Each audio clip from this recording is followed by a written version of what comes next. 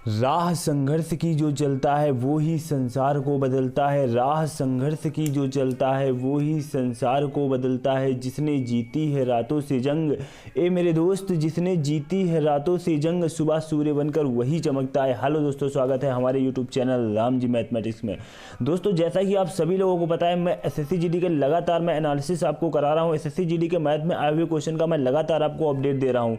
ठीक है, तो उसी अपडेट की श्रृंखला को आगे बढ़ाते हुए मैं आज उसी आधार पर ये देखो, मैं वो क्वेश्चन आपके लिए लेकर आया हूं जो एग्जाम में बिल्कुल ऐसे क्वेश्चन वहां पर इस पैटर्न के क्वेश्चन बन रहे हैं। तो बिल्कुल उसी एनालिसिस के आधार पर मैंने आज की ये क्लास बनाई है और उसी एनालिसिस के आधार पर मैं आज की ये क्लास आपको लेने जा रहा हूं। ठीक है दोस्तों, मैं आज की क्लास स्टार्ट करने से पहले आपको थोड़ी सी जानकारी मैं अपने चैनल के बारे में देना चाहूंगा। दोस्तों, हमारे YouTube channel Ram ji mathematics पर आपको मिलने वाला है वो जेन्युइन कंटेंट और वो जेन्युइन तरीके। ठीक है, जो आप लोग पेड कोर्स में हजारों रुपए दे करके परचेज करते हो, मैं आपको यहाँ पर देने वाला हूँ बिल्कुल यूट्यूब पर ही फ्री ऑफ कास्ट। आपको लग रहा होगा मैं केवल यहाँ पर एसएससी जीडी के लिए एनालिसिस करा रहा हूँ, उसके बाद मैं कहीं गायब हो जाऊंगा। दोस्तों, मैं हमेशा आपका अब साथ नहीं छोड़ने वाला हूँ। ठीक है, अब मैं आपके साथ हो गया हूँ, बिल्कुल आपके साथ रहूंगा। और मेरी यहाँ पर कंटिन्यू आपको मैथ की क्लासें मिलेंगी। मैथ की वो क्लासें मिलेंगी, आप एसएससी सीजीएल से लेकर कैट लेवल तक किसी भी लेवल के एग्जाम की तैयारी कर रहे हैं। ठीक है, बिल्कुल मैथ और रीजनिंग। और मैं यहाँ पर अब मेरे यूट्यूब चैनल पर मैंने लगभग 1 महीने, आपको देखो लगेगा, मैंने पूरा अपना सिस्टम बना लिया है। मेरी पूरी तैयारी चल रही है। लगभग 1 महीने बाद आपकी जीएस की पूरी कंटिन्यू बिल्कुल लाजवाब तरीके से, ठीक है, बिल्कुल टेक्निकल क्लासेज, बिल्कुल अच्छी तरीके से क्लासेज जिसमें वाकई में आपको पढ़ने में बिल्कुल बहुत ही आनंद आए, वो क्लासेज आपको मैं यहाँ पर बिल्कुल जीएस की भी सभी क्लासेज को यहाँ पर प्रोवाइड कराने वाला हूँ। और यहाँ पर जीएस हो गई, आपकी हिंदी हो गई, क्योंकि देखो यहाँ पर बस एसएससी जीडी का बस थोड़ा सा एग्जाम हो जाए, बस उसके बाद मेरी प्रॉपर मेरे चैनल पर सभी क्लासेज आपको मिलने वाली हैं। ठीक है, मैं बिल्कुल यूट्यूब पर ही कोर्स लॉन्च करूंगा, जैसे कि इसके बाद आने वाला एग्जाम हमारा यूपी पुलिस कांस्टेबल मेरा मेन टारगेट होगा। और यूपी पुलिस कांस्टेबल के लिए मैं वाकई में वो कंटेंट, वो तरीके यहां पर दूंगा, अपने कंटेंट में पूरी अपनी जान लगा दूंगा। ठीक है, आप खुद देखोगे कि सर वाकई में मुझे क्या आप कंटेंट दे रहे हो। जैसे यहां पर देखो मैथ की बात रही, मैथ में मैं आपको वो कंटेंट दे रहा हूं। यहां पर बहुत से बच्चे आते हैं, 1-2 क्वेश्चन करते हैं, करके निकल लेते हैं कि उनको ये कंटेंट थोड़ा सा कम मन भाता होगा। कम क्यों मन भाता होगा, मैं एक बात बता दूं, क्योंकि मैं देखो आपके साथ वो रणनीति नहीं चल रहा हूं कि मैं यहां पर आपके लिए 10 हलवा क्वेश्चन लेकर के आऊं और आप खाओ बड़े खुश होकर के चले जाओ, हाँ मुझे तो आ गए, ठीक है, बहुत बढ़िया क्लास लगी मुझे।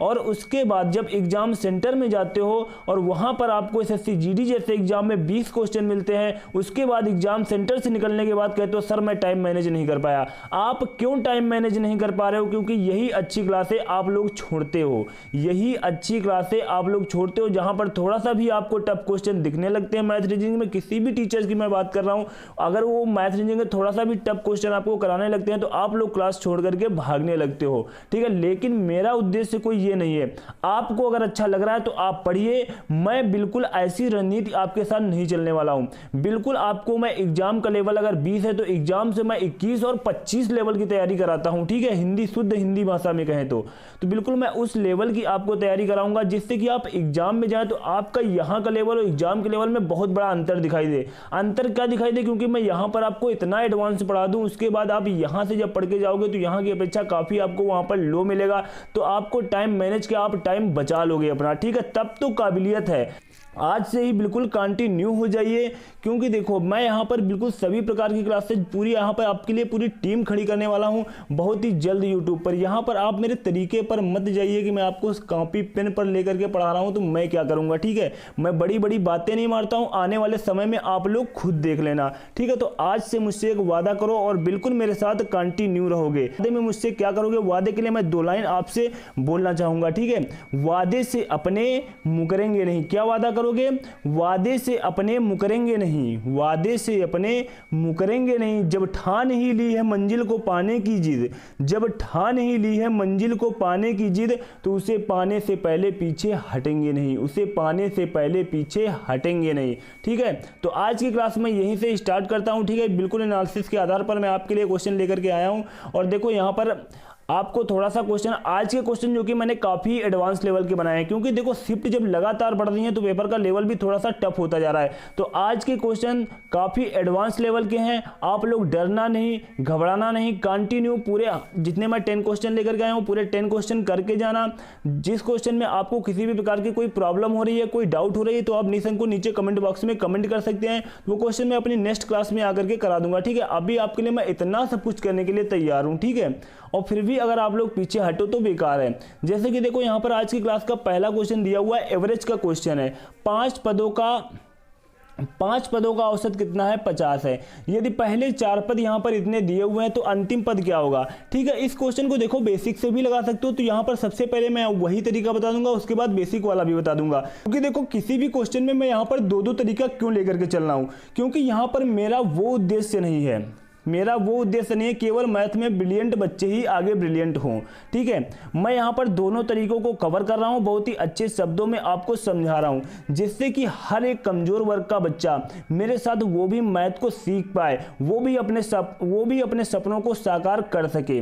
जैसे कि यहाँ पर देखो 5 पदों का औसत 50 है। 5 पदों का एवरेज यहाँ पर कितना दे रखा है? 5 पदों का जो हमारा एवरेज दे रखा है वो हमारा 50 दे रखा है। 4 पद यहाँ पर दिए हुए हैं, तो हमें अपने जो चारों पद हैं अपने इसी पद से हमें तुलना करनी है, ठीक है। तो हमारा जो फर्स्ट पद दिया हुआ है 45 है, ठीक है। तो ये इससे कितना कम है? फर्स्ट पद हमारा इससे 5 कम है, देखो। उसके बाद जितना कम है यहाँ पर हम नोट कर लेंगे। सेकंड वाला पद माइनस का 8 कम है, ठीक है, क्योंकि यहाँ पर 42 है। सभी पदों की तुलना हम अपने इस वाले मेन वाले एवरेज से करेंगे। उसके बाद अगला पद है हमारा 119। अगला पद हमारा 119 है, तो यहाँ पर कितना हो जाएगा? ये प्लस का 69 हमारा ज़्यादा है। उसके बाद जो हमारा अगला पद है वो 84 है। अगला पद हमारा 84 है, तो यहाँ पर देखो क्या हो जाएगा? 34 हो जाएगा। ये हमारा कितना एक्स्ट्रा है? 34 एक्स्ट्रा है। अब यहाँ पर देखो, अब हम टोटल इनका ऐड निकाल लेंगे, जो भी हमारा एक वैल्यू निकाल लेंगे जोड़ और घटा करके। तो यहाँ पर देखो कितना 8 पन 13 या 13 हमारा 34 में चला गया, तो कितना बचा? 21 और 69 को हम जोड़ देंगे तो कितना हो जाएगा? 90 हो जाएगा, ठीक है। देखो इस तरह से आप लोग जोड़ा घटाया करो, कैलकुलेशन में बिल्कुल भी कोई टाइम नहीं लगेगा और ना ही आप लोग कैलकुलेशन से घबराया करो। मैथ में सिर्फ वही क्वेश्चन आ रहे हैं, उनका कैलकुलेशन को टफ किया जा रहा है, ठीक है। जितने भी लेटेस्ट के एग्जाम हो रहे हैं मैं सिर्फ उनमें यही देख रहा हूँ, शेष नए क्वेश्चन नहीं पूछे जा रहे हैं, ठीक है। 1-2 नए क्वेश्चन एग्जामिनर बनाते हैं, उसके बाद कोई विशेष नया क्वेश्चन नहीं पूछा जा रहा है, सिर्फ उसमें आपकी कैलकुलेशन को देखा जा रहा है कि आपकी कैलकुलेशन कितनी अच्छी है। क्योंकि पिछला भी एसआई का एग्जाम हुआ, मैंने उसमें देखा बहुत ही बढ़िया क्वेश्चन पूछे गए, केवल कैलकुलेशन को एग्जामिनर ने वहां पर फोकस किया हुआ था। अब यहां पर देखो प्लस का आपका 90 आ गया, प्लस का 90 आपका क्या है? एक्स्ट्रा है। तो जो 5वां पद होगा, ठीक है, जो 5th पद होगा हमारा 5वां पद होगा, तो वो कौन सा होगा? 5वां पद एवरेज का क्वेश्चन है, हम अपने अकॉर्डिंग तो 50 ले लेते, लेकिन यहां पर देखो कितना हो चुका है? 90 हमारा ज्यादा हो चुका है। 90 हमारा ज्यादा हो चुका है, तो यहां पर हम ऐसी कौन सी वैल्यू लें तो ये हमारा 90 कवर हो सके। 90 कवर हो सके तो यहां पर देखो हम कितना लेंगे? माइनस का 40 ले लेंगे। आप कहोगे कि सर आपने माइनस का 40 क्यों ले लिया? क्योंकि यहां पर देखो इन 4 पदों में ये जो हमारा 90 निकला है, ये हमारा 90 क्या है? एक्स्ट्रा है। तो हमें 5वां पद कितना चाहिए था? केवल 50 चाहिए था, तो हमने माइनस 40 ले लिया, तो 90 तो हमारा यहीं से एक्स्ट्रा आ गया था, ठीक है। 90 तो हमारा प्लस का यहीं से ज़्यादा आ रहा था, तो यहाँ पर माइनस का 40 ले लिया, तो अगर माइनस का 40 प्लस के 90 में जाएगा तो यहाँ पर कितना बचेगा? 50। तो अगला पद हमारा कितना हो जाएगा? 50 हो जाएगा। तो 5वां पद कितना हो जाएगा? माइनस का 40 विल बी राइट आंसर हो जाएगा। बैकग्राउंड यहाँ पर थोड़ा सा अच्छा है, उनको ये क्वेश्चन बहुत ही अच्छी तरीके से समझ में आ गया होगा, ठीक है। और जिन लोगों का मैथ बैकग्राउंड थोड़ा सा वीक है, उनके ये क्वेश्चन थोड़ा सा कम समझ में आया होगा। उनके लिए देखो मैं यहाँ पर थोड़ा सा बेसिक वाला तरीका बता दूँ, तब उनको यहाँ पर पूर्णतया क्लियर हो जाएगा कि हाँ ये सर क्वेश्चन सही है। जैसे कि यहाँ पर देखो 5 पदों का एवरेज यहाँ पर 50 दे रखा है, तो यहाँ पर इनका हम सम निकालेंगे तो कितना आ जाएगा? 250 आ जाएगा। 5 पदों का सम कितना आ जाएगा? 250 आ जाएगा। उसके बाद यहाँ पर 4 पद दिए हुए हैं, एक हमारा 45 दिया हुआ है, एक हमारा 42 दिया हुआ है, और एक हमारा 119 दिया हुआ है, और एक हमारा 84 दिया हुआ है। इन सभी को देखो हम ऐड करेंगे, 5 2 7 9 7 16 4 20 हो जाएगा, और यहाँ 4 2 6 4 10 10 11 19 हो जाएगा। और उसके बाद देखो यहाँ पर कितना आ जाएगा? एक एक 2 हो जाएगा, ठीक है, एक एक कितना हो जाएगा 2 हो जाएगा। अब देखो यहाँ पर टोटल सम आपका कितना आया था 250 आया था, इन 4 पदों में ही आपका कितना टोटल सम आ रहा है 290 आ रहा है। अब इन 4 पदों को आपने जोड़ा, जबकि आपका टोटल यहाँ पर योग 5 पदों का कितना बनना चाहिए 250 बनना चाहिए। अब 4 का ही आपका कितना बन चुका है 290 बन चुका है, ठीक है।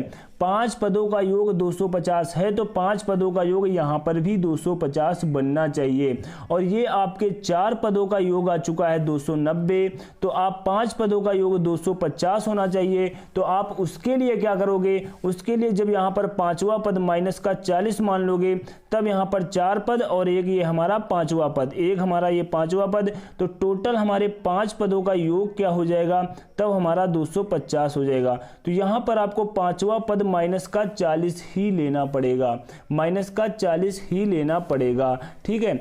तो यहाँ पर क्या आंसर हो जाएगा, माइनस का 40 विल बी राइट आंसर हो जाएगा। दोस्तों अगर इस क्वेश्चन में आपको अभी भी किसी भी प्रकार का कोई डाउट है तो नीचे निसंकोच कमेंट बॉक्स में कमेंट करिएगा, क्योंकि देखो आज की क्लास में थोड़े से एडवांस लेवल के क्वेश्चन। अब यहाँ पर देखो जो नेक्स्ट क्वेश्चन दे रखा है, नेक्स्ट क्वेश्चन हमारा सिंपल इंटरेस्ट का प्यारा सा क्वेश्चन है। अब यहाँ पर देखो सिंपल इंटरेस्ट के थोड़ी सी यहाँ पर डिजिट को मैंने हार्ड ले रखा है, जैसा कि मैं बार बार आपसे कह रहा हूँ, थोड़ा सा आज की क्लास एडवांस लेवल की है, लेकिन आज आपको घबराना नहीं है, बिल्कुल कंटिन्यू मेरे 10 क्वेश्चन देखने हैं और उसके बाद नीचे कमेंट बॉक्स में कमेंट करना है कि सर मुझे इसमें कितने क्वेश्चन आ गए थे, ठीक है। ये बात मुझे जरूर बतानी है कि इस क्लास में मेरे कितने नंबर आए हैं, ठीक है, तो जिससे कि मैं जान सकूंगा वाकई जो बच्चा ये मेरी क्लास को ले रहा है इसके अंदर कितनी काबिलियत है, ठीक है। तो एक बार नीचे कमेंट बॉक्स में जरूर करिएगा कि मेरे 10 में कितने नंबर आए हुए हैं। 13 वर्षों के लिए 33% वार्षिक दर से 22,450 रुपये पर साधारण ब्याज के तहत मिश्रधन ज्ञात करना है, ठीक है। यहाँ पर देखो आपका मूलधन जो है 22,450 है 13 वर्षों के लिए, ठीक है। हमारा टाइम कितना है 13, दर हमारी कितनी है 33 और बटे कितना है 100, ठीक है। तो यहाँ पर आप निकाल लोगे कि हमारा कितना यहाँ पर ब्याज आएगा, कितना ब्याज आएगा। देखो यहाँ पर हम कट कर लेते हैं, 0 से 0 हो जाएगा। अब यहाँ पर देखो क्वेश्चन में केवल कैलकुलेशन है, उसके बाद उसके अन्यथा कुछ भी नहीं है। 13 से यहाँ पर गुणा कराएंगे, 13 पच्चे कितना हो जाएगा 65 हो जाएगा, 13 चौको 52 और 52 6 कितना हो जाएगा यहाँ पर 58 हो जाएगा, 13 दूना 26, 26 और 5 कितना हो जाएगा 31 हो जाएगा, 13 दूना 26, 26 और 3 कितना हो जाएगा 29 हो जाएगा, ठीक है। उसके बाद यहाँ पर देखो 33 से मल्टीप्लाई करेंगे, 33 से मल्टीप्लाई करेंगे, नीचे अपॉन में 10 है, बाद में एक अंक पर दशमलव लगा देंगे। जैसे कि यहाँ पर देखो 3 बच्चे 15, 3 अट्ठे 24, 24 1 25 और 3 एकम 3, 3 2 5 होता है और 3 9 27, 27 का 7 हो जाएगा, 3 दूनी 6 2 8 हो जाएगा। उसके बाद यहाँ पर 5 5 5 7 8 हो जाएगा। यहाँ पर ऐड कर लेंगे 5 और यहाँ पर 0 और यहाँ पर 11 और यहाँ पर 7 5 12 1 13 और यहाँ पर 8 7 15 1 16 और यहाँ पर 8 1 9 हो जाएगा। एक अंक पर दशमलव लगा देंगे तो हमारा ये आ जाएगा, ठीक है, 0.5 आ जाएगा। आपसे देखो यहाँ पर पूछा क्या गया है, आपसे यहाँ पर मिश्रधन पूछा गया है। मिश्रधन बराबर होता है मूलधन प्लस ब्याज। मूलधन आपका कितना था 22,450 रुपये था और प्लस आपका ब्याज कितना, ये देखो हम नीचे रख के यहाँ पर जोड़ दें 96 31 0 0.5, तो यहाँ पर कितना आ जाएगा 0.5 0 6 4 3 7 6 2 8 और 9 2 11, ठीक है। तो यहाँ पर आपका जो आंसर आ चुका है 11 87 60.5, यही आपका क्या हो जाएगा राइट आंसर हो जाएगा। दोस्तों देखो बिल्कुल आज मैं इसी लेवल के क्वेश्चन लेकर के आया हूं जिसमें काफ़ी ज़्यादा कैलकुलेशन है, तो आप लोग बिल्कुल, मैं बार बार कहूँगा, बिल्कुल घबराना नहीं, पूरी मेरी क्लास को कंटिन्यू क्लास में बने रहना, क्योंकि देखो ऐसी क्लास में वही बंदा रुकता है, ऐसी क्लास में वही बंदा रुकता है जिसको सिलेक्शन की फिक्र होती है। क्योंकि नेक्स्ट क्वेश्चन है, तो यहाँ पर देखो जो हमारा नेक्स्ट क्वेश्चन है एलसीएम और एचसीएफ का प्यारा सा क्वेश्चन दे रखा है 108,72 और 5a का उच्चतम समापवर्तक a है, 108,72 और a का लघुत्तम समापवर्तक ज्ञात कीजिए, ठीक है। उच्चतम समापवर्तक का मतलब देखो यहाँ पर क्या होता है, ठीक है, यहाँ पर एचसीएफ होता है, ठीक है, मैक्सिमम यहाँ पर वैल्यू। तो इसका मतलब यहाँ पर देखो आपसे पूछा क्या गया है 108 दे रखा है और यहाँ पर 72 दे रखा है और यहाँ पर 5a दे रखा है, इसका उच्चतम समापवर्तक कितना है a है। अब देखो 5 के साथ a दे रखा है तो यहाँ पर हम क्या लिखेंगे, अब जैसे देखो ये 36 के यहाँ पर ये मल्टीप्लाई लिखे हुए हैं, ठीक है, जैसे कि ये हमारा 3 × 36 लिखा हुआ है, ये हमारा 2 × 36 लिखा हुआ है और ये हमारा 5 इंटू ए लिखा हुआ है। अब देखो यहाँ पर आपसे कहा जा रहा है कि उच्चतम समापवर्तक की कोई ऐसी जो बड़ी से बड़ी वैल्यू वो तीनों में कॉमन हो रही हो। तो यहाँ पर देखो a है, लेकिन यहाँ पर तो 36 कॉमन है और यहाँ पर क्या है आपका a है। इसका मतलब यहाँ पर उच्चतम समापवर्तक a दिया हुआ, यानी कि इन तीनों की कॉमन वैल्यू, इसका मतलब यहाँ पर इन तीनों की कॉमन वैल्यू जो क्या है वो a है। इसका मतलब a का मान ही कितना है 36 है। ए का मान ही कितना है 36 है। क्योंकि यहाँ पर देखो आप जब अपना HCF निकालोगे,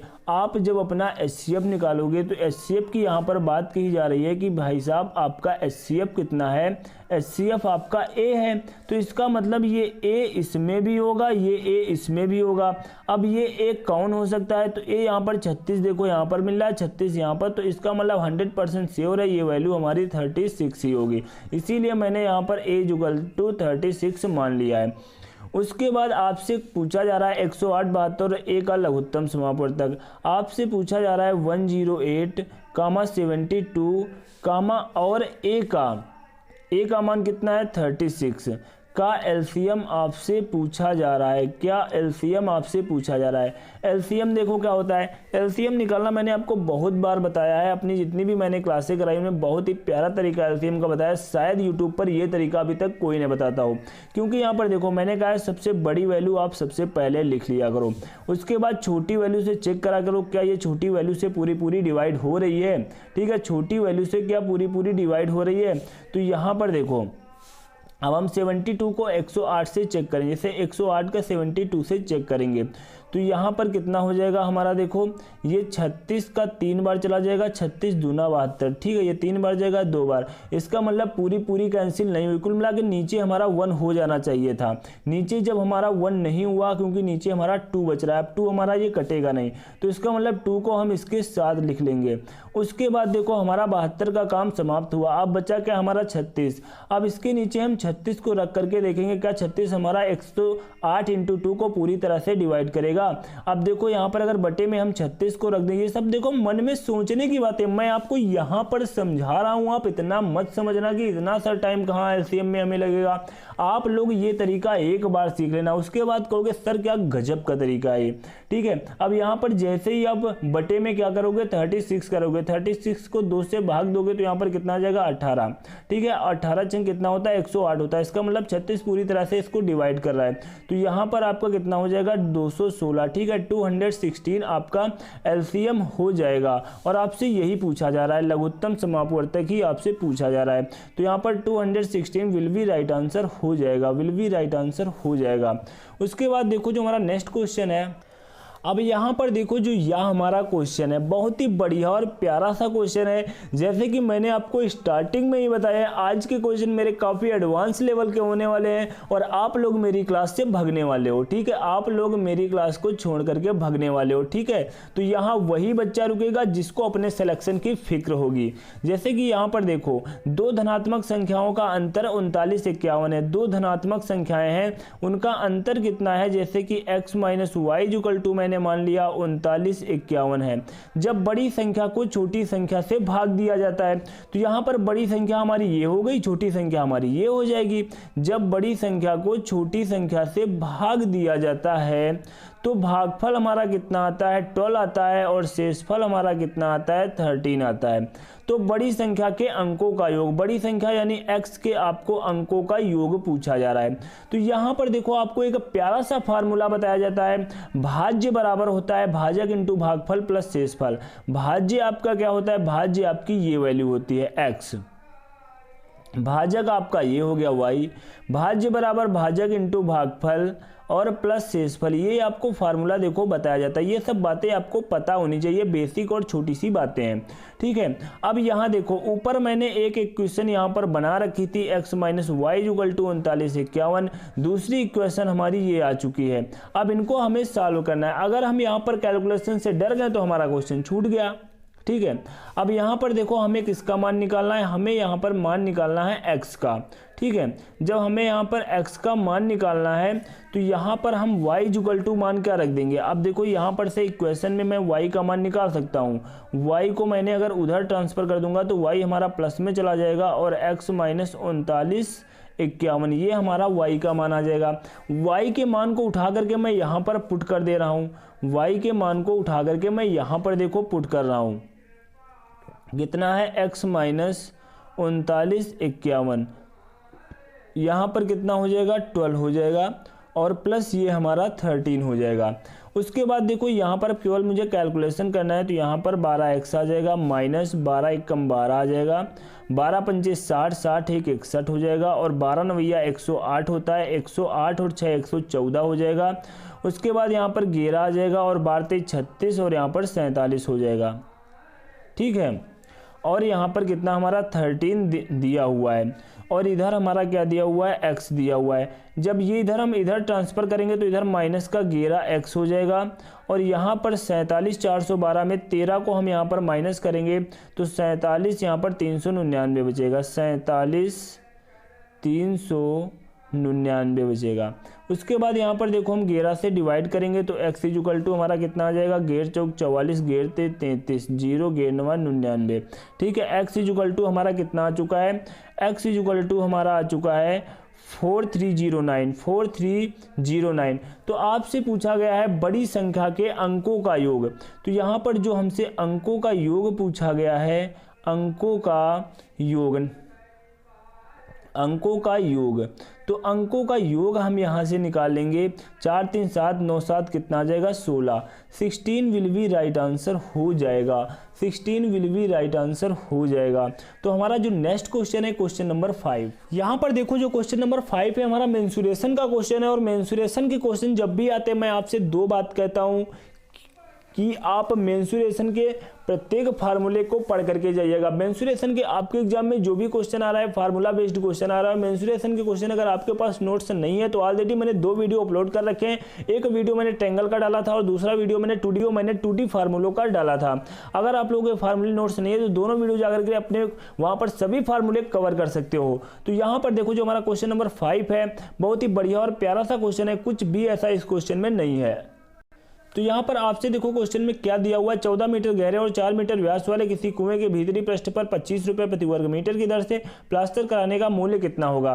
ठीक है, जब कोई इस टाइप का जब भी क्वेश्चन आता है तो यहाँ पर आपको एक काम करना होता है, जैसे कि यहाँ पर देखो अगर क्वेश्चन में यहाँ पर कभी कभी प्रॉब्लम होती है, आप लोग क्या करने लगते हो कि यहाँ पर आप लोग आयतन निकालते हो, आयतन निकाल करके 25 से गुणा कराते हो। तो यहाँ पर एक बात बहुत ही बढ़िया गौर करने योग्य होती है, जब भी आपको इस तरह से डाउट हो कि यहाँ पर सर हम आयतन को निकालेंगे, कभी कभी हम आयतन हमसे निकलवाया जाता है और कभी कभी हमसे यहाँ पर एरिया निकलवाया जाता है, तो हमें यहाँ पर कुछ समझ में नहीं आता है।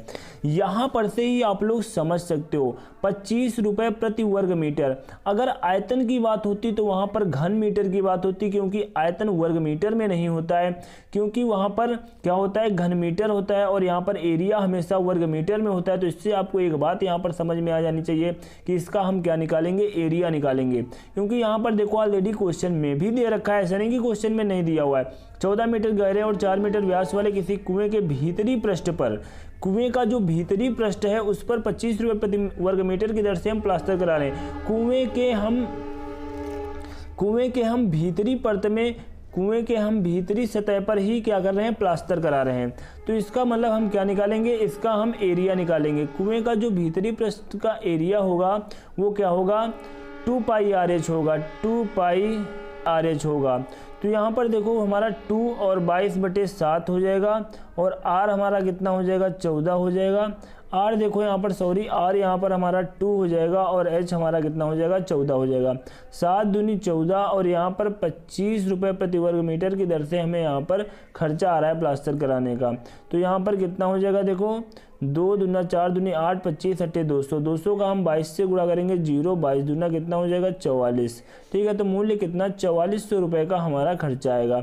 25 रुपये प्रति वर्ग मीटर की दर से अगर यहाँ पर हम प्लास्टर कराएंगे तो 4400 रुपये का हमारा क्या आ जाएगा, खर्चा आ जाएगा। उसके बाद देखो हमारा नेक्स्ट क्वेश्चन है, उसके बाद देखो जो हमारा नेक्स्ट क्वेश्चन, क्वेश्चन नंबर 6 दिया हुआ है, एक आयत की लंबाई उसकी चौड़ाई के बीच का अंतर 23 मीटर है, यदि इसका परिमाप इतना है तो इसका क्षेत्रफल कितना होगा। ठीक है, यदि इसका परिमाप इतना है तो इसका क्षेत्रफल कितना होगा। दोस्तों ये क्वेश्चन कराने से पहले आपको मैं एक बात की जानकारी देना चाहूँगा। यहाँ पर मैं आपके लिए जिस टाइप के क्वेश्चन लेकर के आता हूँ, मैं देखो आपके लिए कभी भी मैं वो हलवा क्वेश्चन नहीं कराने वाला हूँ। ठीक है, मेरे बिल्कुल आपको मैं वो सभी क्वेश्चन कराऊंगा। ठीक है, बेसिक भी रहेंगे, थोड़ा सा मॉडरेट भी रहेंगे, एडवांस भी रहेंगे। लेकिन अगर आप सोचो कि मैं आपके लिए केवल बेसिक क्वेश्चन लेकर के आऊं और मैं यहाँ से पढ़ करके बहुत खुश हूँ, तो मैं ऐसा कुछ यहाँ पर कराने वाला नहीं हूँ।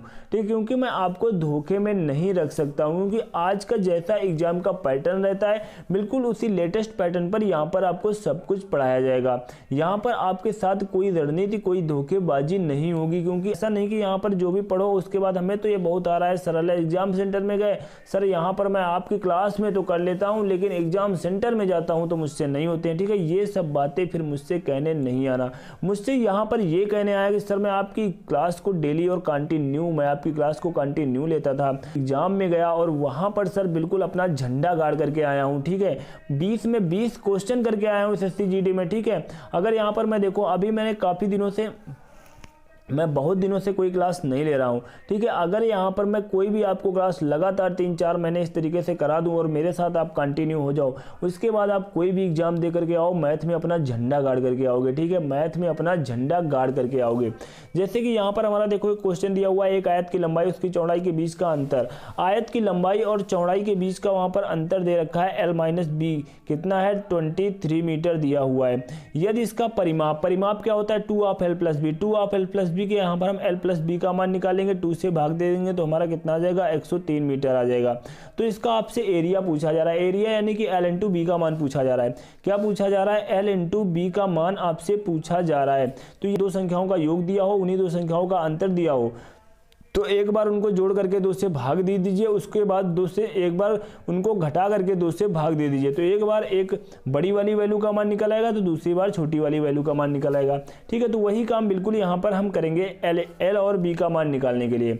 L और B का मान निकालने के लिए मैं क्या करूँगा, 103 और 23 को जोड़ दूंगा तो कितना हो जाएगा 126 हो जाएगा। 126 को मैं यहाँ पर 2 से भाग दूंगा तो यहाँ पर 50 और 13 कितना हो जाएगा 63 हो जाएगा। उसके बाद ये हमारा किसका मान हो गया, L का मान हो गया। B का मान निकालने के लिए यहाँ पर 23, यहाँ पर हम 103 में 23 को घटा देंगे, 3 से 3 हमारा गया 20 गया तो हमारा 80 बचे। 80 को मैं 2 से भाग दूंगा तो यहाँ पर कितने बचे 40 बचे। ठीक है, तो यहाँ पर L और B का मान आ चुका है, तो L और B का मान मैं यहाँ पर रख दूंगा 63 × 40, तो हमारा क्या निकल आएगा, एरिया निकल आएगा। तो यहाँ पर 0 4 3 12 हो जाएगा, 4 6 24 से कितना हो जाएगा 25 हो जाएगा।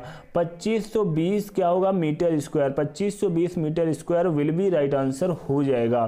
ठीक है, 2520 metre square will be right answer हो जाएगा। तो हमारा जो नेक्स्ट क्वेश्चन है यहाँ पर देखो जो हमारा क्वेश्चन नंबर 7 दे रखा है। देखो आज की क्लास मेरी काफ़ी लंबी जा रही है, लगभग आधा घंटे में मेरी डेली क्लास समाप्त हो जाती थी। आज मैंने थोड़ी सी 5-10 मिनट बातें भी एक्स्ट्रा कर ली है। ठीक है, तो इसीलिए मेरी क्लास थोड़ा सा आज आपकी लंबी जाने वाली है, क्योंकि यहाँ पर थोड़ा सा क्वेश्चन भी आपके आज एडवांस लेवल के हैं। अमन एक वस्तु को उसके अंकित मूल्य पर 20% की छूट देकर 2000 रुपये में बेचता है। यदि अमन ने वस्तु पर कोई छूट नहीं दी होती तो उसके क्रय मूल्य पर 50% का लाभ होता, तो वस्तु का क्रय मूल्य क्या होगा। ठीक है, सबसे पहले क्वेश्चन को कंसंट्रेट होकर के पढ़ना है। क्वेश्चन है तो क्वेश्चन कितना भी बड़ा हो क्वेश्चन धराशायी हो जाएगा, क्योंकि यहाँ पर देखो अमन एक वस्तु को अंकित मूल्य पर 20% की छूट पर बेचता है, 20% की छूट पर बेचता है 2000 रुपये में। उसने जो ये 2000 रुपये में बेची है इस पर 20% की छूट दी है, इसका मतलब इसने 80 पर बेचा है। ये जो इसका 100 था ये क्या था, क्रय मूल्य था। तो यहाँ पर अगर हम 100 का मान निकाल लेते हैं तो यहाँ पर हमारा क्या हो जाएगा, क्रय मूल्य का मान आ जाएगा। जैसे कि यहाँ पर देखो 8 दूनी कितना हो जाएगा 16 हो जाएगा, 4 8 पंचे 40 हो जाएगा, 0 और 0 2500 रुपये यहाँ पर आ गया है। ठीक है, 2000 रुपये में आपने बेचा है, जो इसका जो MRP था, जो इसका MRP था, मार्क प्राइस था, ठीक है, अंकित मूल्य था, वो कितना था 2500 रुपये था, लेकिन आपने इसको 20% की छूट पर 2000 रुपये में बेचा। अब देखो आपसे क्वेश्चन में कहा क्या जा रहा है, यदि अमन ने वस्तु पर कोई छूट नहीं दी होती तो उसके क्रय मूल्य पर 50% का लाभ होता है। अब कह रहे हैं अगर यहाँ पर अमन ने इस वस्तु को 2500 रुपये में ही बेच दिया होता, कोई छूट ना देते 2500 में ही बेच देते, तो उसको क्रय मूल्य का 50% यानी कि जो अगर इसको ये इसको ये अगर 2500 रुपये में ही बेच देता तो ये 150 की वैल्यू हो जाती, क्योंकि यहाँ पर देखो दिया हुआ है क्रय मूल्य पर 50% का लाभ होता है। ठीक है, तो क्रय मूल्य अगर आपका 100 था तो ये 50% के लाभ पर 150 की बिकी है। देखो ऐसे क्वेश्चनों में ज़्यादा कुछ भी दे, मैं यहाँ पर ज़्यादा नहीं समझा रहा हूँ। अगर आपको लगता है कि इस क्वेश्चन में किसी भी प्रकार का डाउट है तो आप नीचे कमेंट बॉक्स में कमेंट करिए, क्योंकि मैं डेली अपनी यही बात कहता हूँ, मेरा किसी भी वीडियो के नीचे कमेंट नहीं आता है कि सर मुझे ये क्वेश्चन समझ में नहीं आया। तो इससे क्या समझ जाता हूँ कि आपको मेरा प्रत्येक क्वेश्चन यहाँ पर समझ में आ रहा होगा। और जिन भी बच्चों को नहीं समझ में आया वो नीचे कमेंट बॉक्स में कमेंट कर सकते हैं। मेरी लगातार अपडेट को लेकर के क्लासेज आ रही है, उन क्लासेज में आपका बिल्कुल मैं आपका वहाँ पर डाउट समाप्त करूँगा। यहाँ पर मैं ज़्यादा समझाने की कोशिश नहीं करता हूँ, क्योंकि यहाँ पर ऐसे क्वेश्चन विशेष नहीं है कि आपको इतना समझाना पड़े।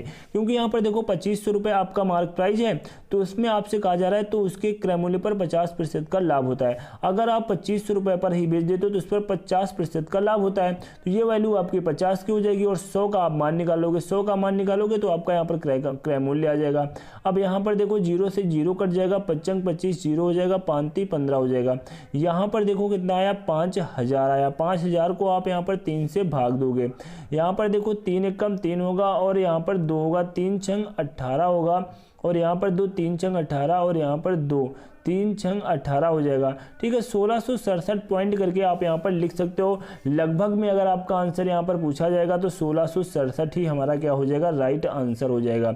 लगभग में जब आपका आंसर पूछा जाएगा तो 1667 ही हमारा क्या हो जाएगा, राइट आंसर हो जाएगा। तो यहाँ पर देखो आपके क्वेश्चन में इस तरह की यहाँ पर कैलकुलेशन है और आजकल के एग्जाम में बिल्कुल ऐसी ही कैलकुलेशन आपसे पूछी जा रही है, क्योंकि आप लोग कैलकुलेशन नहीं करना चाहते हो। आप लोग क्वेश्चन बहुत ही अच्छे आते हैं, अच्छे तरीके सीख रखे हैं, सब कुछ कर रखा है, लेकिन यहाँ पर आप लोग कैलकुलेशन करने में आज भी घबराते हो। तो इसलिए एग्जामिनर ने अपना एक फंडा पकड़ रखा है, वो अब आपसे अधिकतर कैलकुलेशन ही करा रहे हैं। तो यहाँ पर देखो जो हमारा नेक्स्ट क्वेश्चन है, यहाँ पर देखो जो हमारा क्वेश्चन नंबर 9 दिया हुआ है, इस क्वेश्चन के देखो मैं थोड़ी सी हिंट दे रहा हूँ, इसमें भी कैलकुलेशन है, आप लोग यहाँ पर सॉल्व कर लेना। जैसे कि यहाँ पर देखो दिया हुआ है 3000 रुपये की एक साइकिल बेचकर दुकानदार को 15% का लाभ होता है। 3000 रुपये की उसने साइकिल बेची है और उसको इस पर 15% का लाभ होता है। इसका मतलब उसको 115 के पैसे उसके पास आए हैं। ठीक है, कोई भी वैल्यू अपने आप में किसी भी वस्तु का जो क्रय मूल्य होता है वो अपने आप में क्या होता है, 100% होता है।